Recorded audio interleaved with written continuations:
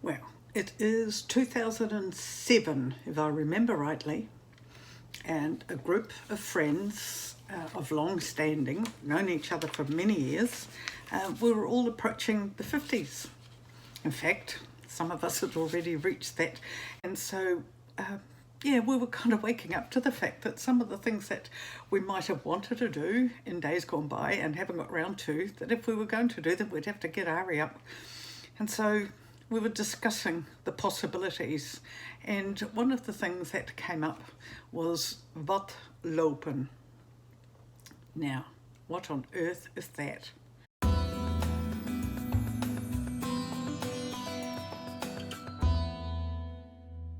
Well, Wad is actually like mudflats. Now in the Netherlands, on the northern coastline, we have a number of islands. I've got to remember this from my school days. We have Texel, Vlieland, Terschelling, Ameland and Schiermonnikoog.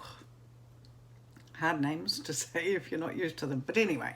So these islands are predominantly holiday destinations, but they are occupied by permanent residents, but more holiday makers than that. So anyway, about 40 odd years ago, a group was formed to take people across the mudflats as a experience, as a life experience, as a nature experience.